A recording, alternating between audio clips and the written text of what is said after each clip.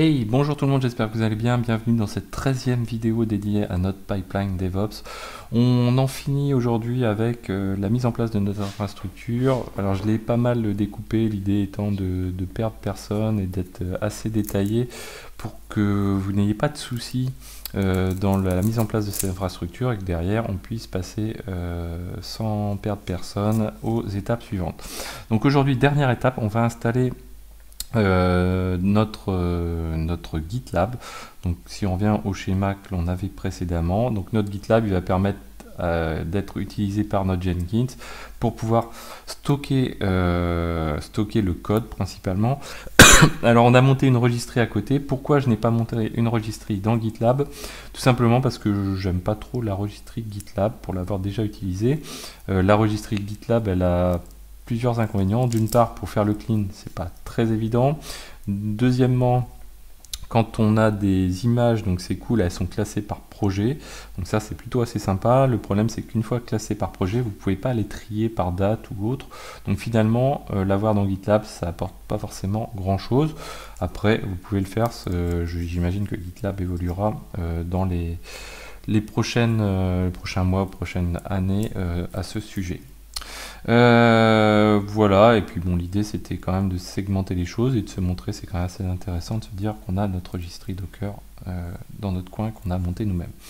Alors, donc pour faire GitLab, ça va être très rapide. Donc on a besoin d'un CPU et d'un petit peu de ressources. Là on est même encore un petit peu juste.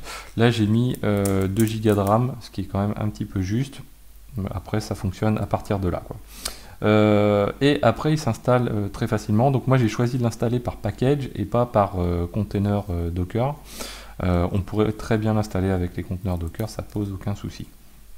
Alors surtout, donc vous pouvez vous rendre dans la playlist GitLab pour découvrir comment l'installer avec Docker. Il n'y a pas de souci. Je l'ai aussi fait dans Docker Compose pour expliquer le schéma d'un Docker Compose pour pouvoir le faire.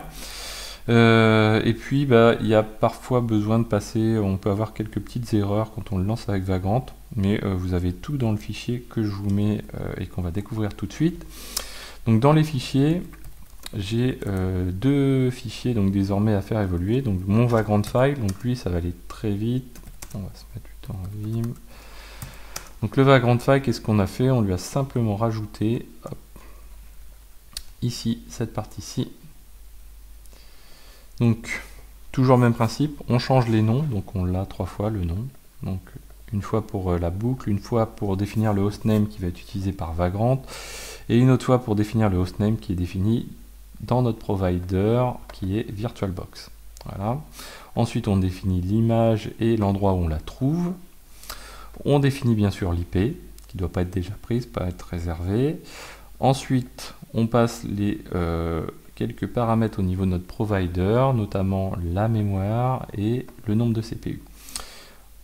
Donc moi dans mon cas de figure ça c'est pas forcément indispensable, mais on active le SSH classique pour ne pas être dépendant de Vagrant SSH. Et puis derrière on joue un script d'installation. Ce script d'installation, le voici, il est très très court cette fois-ci, donc on récupère l'IP, on l'affiche, on dit qu'on installe GitLab, on fait un premier update, on a besoin, donc là c'est pareil, j'ai 2 fois Git, donc ça c'est à supprimer. Donc j'installe Git, qui n'est pas forcément nécessaire, curl et wget et vim éventuellement. Derrière, qu'est-ce que je fais? J'ajoute, donc je fais une install de GitLab qui est faite à partir d'un fichier shell fourni par le site GitLab, tout simplement. Donc que je lance avec un sudo bash pipé ici.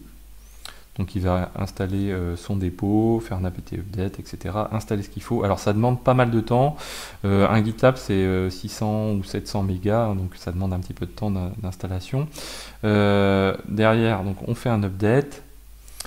On configure les variables de type US de cette manière-ci, en UTF-8, de manière à ce que le Postgres qui est utilisé par GitLab, puisque GitLab utilise donc Redis, Postgres, Nginx, pas mal de choses, et ça tourne sur Ruby. Donc du coup, on les set auparavant. On fait un apt install de GitLab CE ensuite, et on fait un GitLab CTL reconfigure, ça c'est ce qui lance l'installation finale. Si vous avez un plantage lors de cette installation au niveau de Postgres, vous allez devoir reconfigurer ces fameuses locales. Donc vous faites un sudo dpkg reconfigure local, et ensuite vous relancez le GitLab CTL reconfigure. Moi je l'ai lancé comme ça, j'ai pas eu de problème, donc voilà, j'ai déjà copié les fichiers et je les ai déjà joués de manière à ce que on ne perde pas de temps. Donc du coup, ici, si je me rends à gauche dans mon Vagrant SSH GitLab-pipeline, voilà. Donc là, si je fais un sudo-s, si je fais un GitLab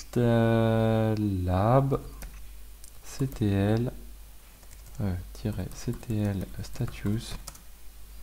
Là, j'ai l'état de tous les services qu'utilise un GitLab. Donc, j'ai du Alert Manager, GitLab, du GitLab Exporter, du Grafana, du Logrotate, du Nginx, du Node Exporter, du Postgres Exporter, du Postgres, du Prometheus. Vous voyez, tout ce qu'embarque GitLab, c'est quand même assez impressionnant.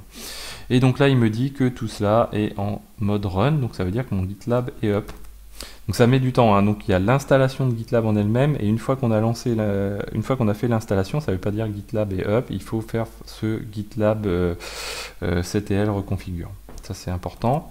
Ensuite, moi ce que j'ai été faire, donc comme je travaille en local, j'ai été éditer mon etc host ici. Hop, je vais zoomer un petit peu ici, et je lui ai mis une correspondance pour gitlab.example.com qui est la conf par défaut de GitLab. Donc si je vais dans vim/etc GitLab RB, voilà, ici vous devez avoir quelque chose de type example.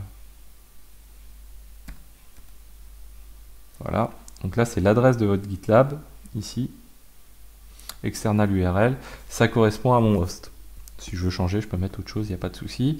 Donc une fois que j'ai fait ça, bah, en fait, mon navigateur est prêt à résoudre GitLab. Donc si je fais un gitlab.example.com, voilà par exemple. Là, il me demande un nouveau mot de passe.